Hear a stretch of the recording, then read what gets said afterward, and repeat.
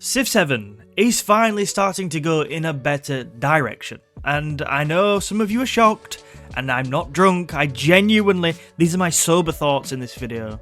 I'm going to be positive for once, and I'm going to tell you why I'm feeling more positive about the game. So, I'm Alex, I'm a proud Yorkshireman who makes videos like this every single week. Let's surprise you. So what we're going to talk about in this video, I think is very insightful for what comes next. It's really good for seeing the direction of the game and maybe bringing some of you back in to Civ 7 further down the line. I mean, not all of you, but some of you. But before we get onto that, we need to clarify a couple of things. Firstly, I just want to say again, these are my sober thoughts. I have not turned to alcoholism because that is far too expensive. And the reason I say that is because a lot of people say I'm very negative about Civ 7, and I've not been shy about highlighting what I think the game's flaws are. But I do think that this tone shift in this video is deserved because there are things to be positive about going forward. And the second thing we need to clarify, can't speak anymore, is what are we actually talking about? What has triggered me to make this video? The answer to that is the new 1.2.3 update, which has brought some exceptional features, and I'll quickly go over them, but really I want to spend most of this video talking about what they actually mean. So on the top of the tree here we have the age transition countdown. This is a fantastic feature to be implemented to Civ 7. What it means is that 10 or 20 turns before the end of an age, you now have the option to have that locked in. So you'll get a notification that'll say 10 turns, the age will end, or 20 turns, the age will end. That's fantastic. I have criticised age transitions a lot on this channel, because sometimes I feel like they should have balaclavas on and a baseball bat, because they basically mug you. How many times in your games has the age progress from 90 to 100% or even 80 to 100% just come out of nowhere, and then the age is over and you're like, what? I was halfway through building a wonder, or I was halfway through fighting Harriet Tubman, who seems very angry with me for some reason.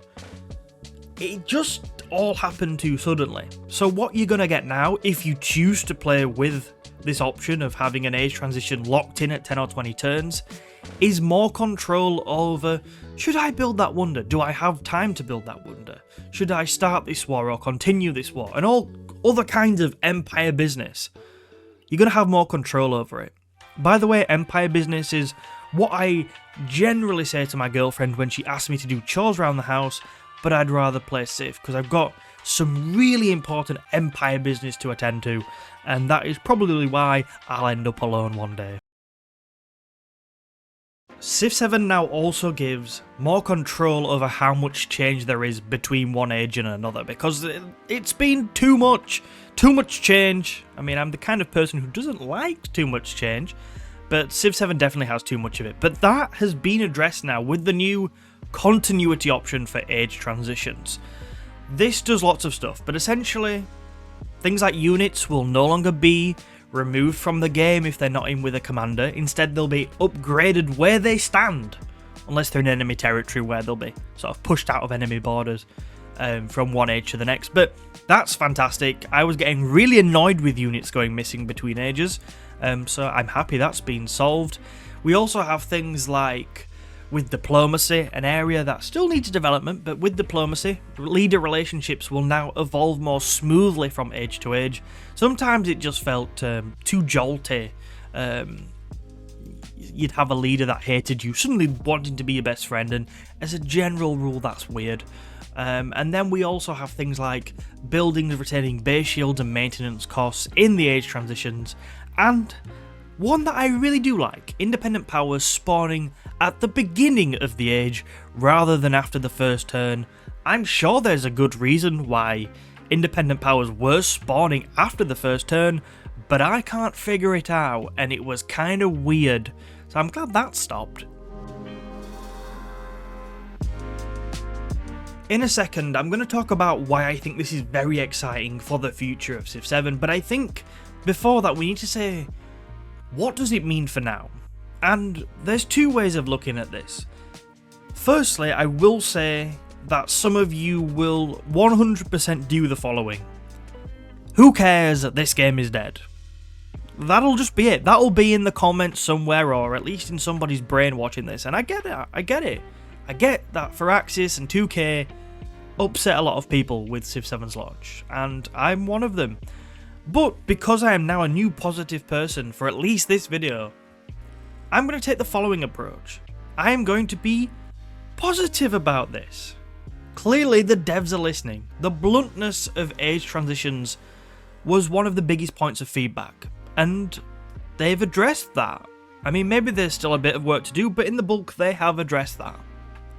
And if you couple that with the fact that in the last update we got more choice over which crisis events we had in the game, because they realised some people didn't want the plague, we're starting to see the devs really listen to fans, and yeah, it's been 6 months, but at least things are starting to move in the right direction now. And that's really nice. And something else I like is that these features are optional.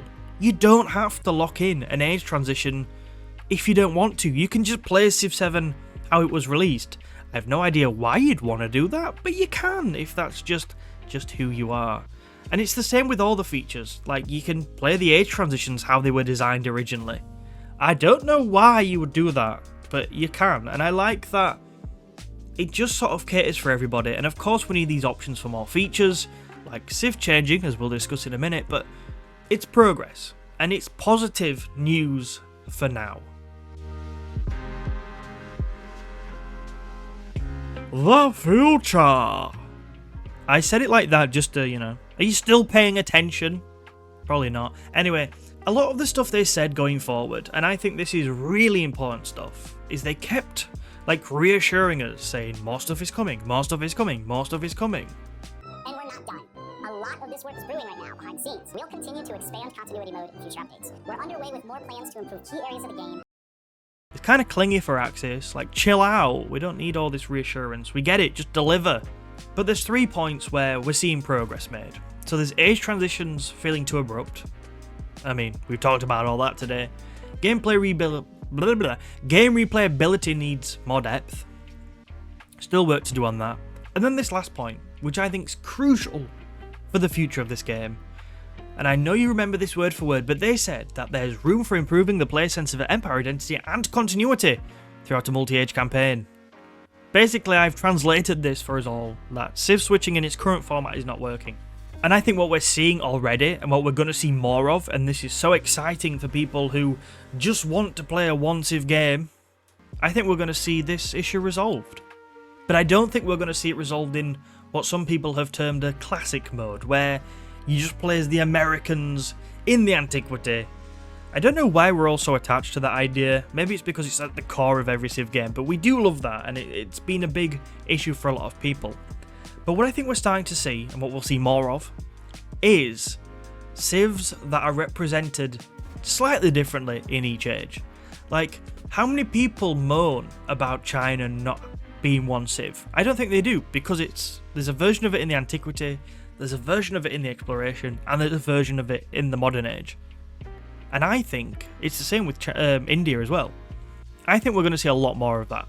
And the reason I say that, and the reason I say we're already seeing some evidence of it, is in the newly released Right to Rule DLC. We have lots of Civs in there, but one of them that jumped out to me was the Qajar. The Qajar are a modern age Iranian, Persian Civ, whatever way you want to look at it.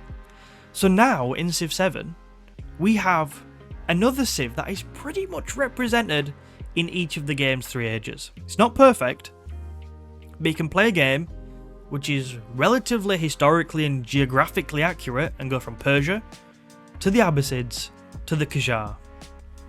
And that is where the key is for me. That is exciting, because I think we're going to get more and more Civs in Civ 7 that do that. And that is the key takeaway. I'd expect more like this. I'm hoping a lot of them will be free updates, because who's going to buy DLC for this game right now? I spent a fortune on launch and bought this. But yeah, hopefully some of them will be free Civ DLCs. But yeah, I think that's the way we're going. And I think the future is looking a lot brighter for Civ 7.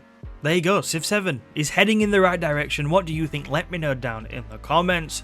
Why not check out another one of our videos on screen now? Thanks for watching, and I'll catch you soon.